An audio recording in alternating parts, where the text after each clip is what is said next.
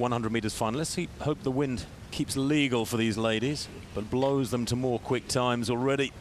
Special performances in the semi-finals will have reverberated around the world of track and field, and a lot of eyes will be viewing this final. And after that semi-final round, the U.S. women now occupy the top 4 times in the world, putting Olympic champion Shelly-Ann Fraser-Pryce of Jamaica in 5th.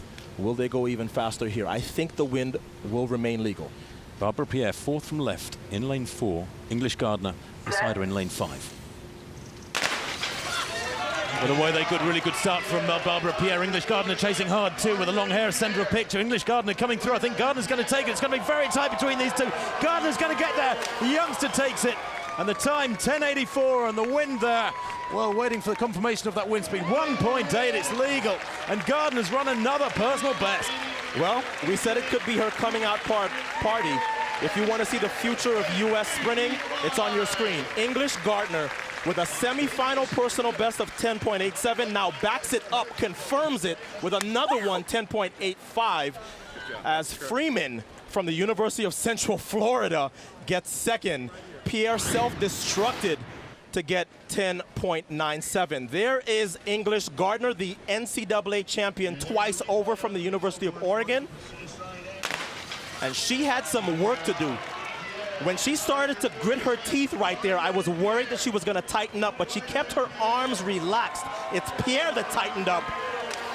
And Gardner got to the finish line in personal best time. There's English Gardner. Now, I'm not sure, Atto, that actually Barbara Pierre in lane 4 didn't misjudge the finish line. She was overstriding and almost stumbling forwards by the time she actually got to the tape. Yeah, but watch her to on the left of your picture also looking over. I think you're right. It could be that she misjudged, but why look over in a final? First of all, well, I guess if you think you've crossed the line, I guess would be your point. She looks over, but she was always struggling and going diagonal in her lane, and she does in fact miss out. How about Alexandria Anderson making the team 10.91? And Octavius Freeman, I told you she reminds me of Allison Felix. She's performing like an Allison Felix in this final. She gets second. Let's go down to Lewis. All right, thanks very much. Well, English, just describe finally a smile from you serious ladies. Describe this moment here where you have now made your first World Championship team. I'm just blessed, you know. I thank God for everything that he's done for me this season. I came out here, you know, just trying to compete with the rest of the girls, and I executed well, and I came out with W, and so I'm just thankful, and, you know, I'm thanking God because he's the one that made me do it. What about the big decision to forego your last year, come out here and in your semifinal, you run a big time, and then follow it up here in this final with the same? You know, it's something that me and my coach in college were already talking about. You know, we kind of set up my career at Oregon to, you know, succeed at these big meets right here. And so this was our goal, to come out here and perform well here and sign with Nike or Adidas or somebody at the end, and I ended up going with Nike. All right, there's a commercial there. Octavius, tell me about coming from the semifinal with a big personal best to now making the world team. I'm just glad to be here. 2 PRs. What more could I ask for? I've been praying for a long time about it. I had a breakthrough, and I just thank God that I got it here and I did my best. And congratulations. And Alex, I think you have the most interesting reaction. You're on the world team. You're under 11 seconds, but you don't look happy. No, definitely not. Didn't execute my race the way I wanted to, but, you know, it's a good chance that I have another chance to go out there and do what I'm supposed to do. But I'm happy. We're going to be smoking it at World, so. All right, we'll see you in Moscow. Thank you. All right. Tim? Well, she equaled her personal best, Alex Anderson, there to take third spot, 10.91. The first 5 women going under 11 seconds in this U.S. Championships Nike Women's 100 meters final. The men will be next. Tyson Gay, Justin Gatlin. Who's your money on? He's got to be a little bit disappointed with his semi-final performance. Will the anger bring him through and up to and maybe past this man, Justin Gatlin? Stay with us. Field with more field event news. All right, Tim, a little cleanup, a little housekeeping in the men's pole vault. Brad Walker won it. He has the A standard. He's going. Jeremy Scott, by virtue of finishing second, even though he has just the B standard, he also goes. Jack Witt does have an A standard height from this year, so he will also be on the team. So your first, second, and third finishers do go on the team to Moscow in the men's pole vault. Tim? Well, time now for the big men to come out and strut their stuff. The BMW men's 100-meter final here at US Championships. Arguably the greatest sprint nation in the world. The Jamaicans might have something to say to that with Mr. Bolt competing in their championships this very weekend. But this race will be classy, it'll be high caliber, and there's a lot of needle going on here between Tyson Gay in lane 4 and Justin Gatlin in lane 3. If the win stays legal, I think we can see something very special here. There is Tyson Gay. In lane 1, representing Adidas. Well, in lane 1, Trell Kimmins, 4th in his semi-final, squeezed through to this final with a 10.02, but he's an outsider in every way. Always gets out well. He has to be able to finish better if he wants to make a team. Dantarius Locke goes in lane 2. NCAA championship runner-up, has a legal 9.97 this year, has to probably set a personal best again. The former Florida State star. Justin Gatlin goes in lane 3. Former Olympic champion, beat Usain Bolt last week, but well beaten by Gay an hour ago. I think this is the only person that has even a chance at getting close to Tyson Gay because of his experience and his ability to stick to his script and go through his phases patiently. Tyson Gay goes in lane 4, and isn't it great to see him back to his best? It really is, because since 2007, when he was triple world champion, he has really struggled with injuries, the second fastest man of all time, but back to the form that saw him world champion 6 years ago. Well, Charles Silman goes in lane 5. He's maybe one who could get in there. Yes, I think based on how he ran the last 2 rounds, as well as being obviously NCAA champion, this is somebody ready to break through, maybe sub 10, and could make this team very, very easily. Raheem Salam, 9.86 in his semi-final. It was windy. He likes this track. His personal best is on this track, 9.97 when he finished second 2 years ago here at the NCAA championships. Mike Rogers goes in lane 7. Bit of an indoor specialist, but 9.90 in his semi. And he's run 9.85. There's no reason why he shouldn't be very much a contender to make this team. And Isaiah Young out in lane 8 was 4th in his semi, like Trell Kimmins, way over in lane 1. He ran a winded 9.93 in his semi-final.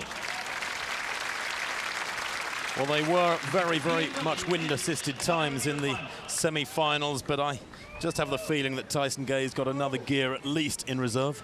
Yeah.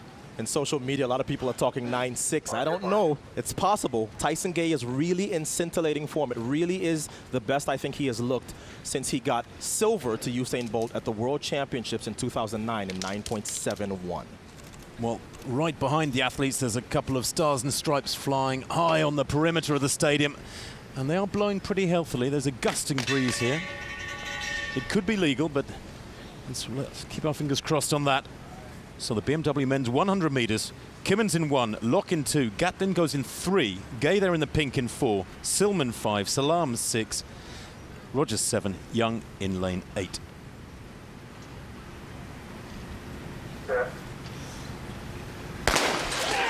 Not a particularly good start from Tyson Gay, much better start from Silman beside him in the yellow. Now Tyson Gay coming through, Justin Gatlin leading at the first 50, but Gay comes through in the second half, as ever, to a strong, strong win there, 9.76, and just checking the win there, it was 1.1, that is a very legal time. 9.75 it's been rounded down to.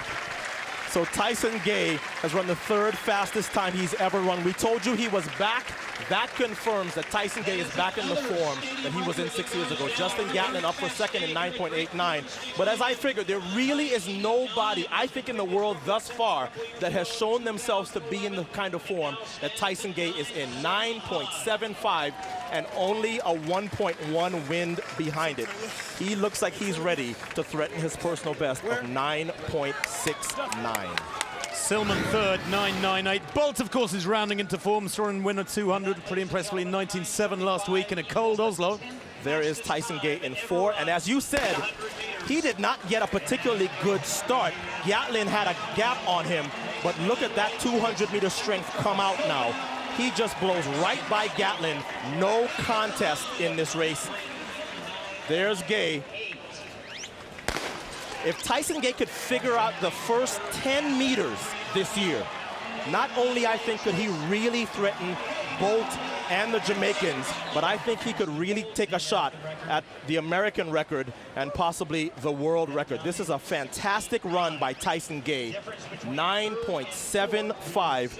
It actually breaks the championship record that he held of 9.77 from 5 years ago. Well, the fastest time in the world this year by Tyson Gay by about a metre of the blue track here in the stadium. Tyson Gay from Justin Gatlin, Charles Silman third, 9.98. In fourth place, Mike Rogers, 9.98, and he doesn't even make the team. Well, Lewis is with the winners down on the infield. Tyson Gay. All right, a bunch heading to Moscow, Russia, representing the United States. Well, Tyson, when you look up at the clock and you see 9:75 after all you've been through, what are your thoughts? I feel good. I'm happy, joyful moment. I'm healthy, and I just had a good race.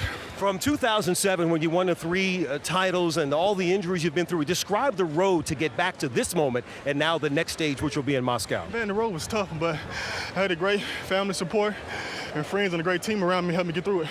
Justin, you had a complete performance here, strong semifinal. What are your thoughts on the final here? You know, I just wanted to go out there and just try to make it through the rounds. I was injured. What was that for? My hamstring, lower hamstring right there with the kinesio tape, and I just wanted to come out here and just wrap it up and just pray to God and go, man. You're on the team. You beat Bolt earlier in the season. What do you think promise holds for you when August approaches? You know, it's far away. It's a long season. I'm going to get healthy, and I'm going to go back to the drawing board and do some more stuff and just go out there and try to get on that podium again. All right, well, I think the young man next to you is going to need a little bit of help as you kind of coach him through the next phase, the next step. Charles, you had a tremendous national championships coming off the collegiate series. How did you put this race together and make this team? You know, I just kept my faith in God. You know, I came in a little bumped, a little messed up. So, you know, all last week I just went in the training room and kept getting treatment and stuff like that. So, you know, I was just blessed to make it through these rounds and make a team. All right, congratulations. We'll see you in Russia. Thank you. All right. Tim? Well, thank you, Lewis. Yeah, there's some special sprinting there, both men's and women's races. Let's deal with those men first of all. The time's spectacular, the wind's keeping it legal, and are we seeing Tyson Gay coming back to maybe producing PRs later in the summer? I don't think there's any question about it. As it always is, the question for Tyson Gay is, can he stay healthy? And so far, he's doing a good job of managing his racing. You don't see him racing everywhere. If he can stay healthy, I think he is ready to go well into 9.6. An English Gardner, there's a little bit of the Alison Felix about her. She's 21 years old, but that was a quick time too. Yeah, there's no question about it. English Gardner has arrived. There are a lot of people who don't make the transition from college to pros. English Gardner is definitely ready to face the pros with that 10.8. So, of course, the big question marks around what the Jamaicans will produce this weekend at their championships. Well, Bolt and Asafa have both run right at 10 flat. We'll see something spectacular from them, but the stage is set. As always, Jamaica versus the USA, men and women in the sprints. Well, we'll keep our fingers crossed that they all stay healthy through these next 7 weeks to the World Championships. But that was great racing. It's been a good day. Yeah, it really has been.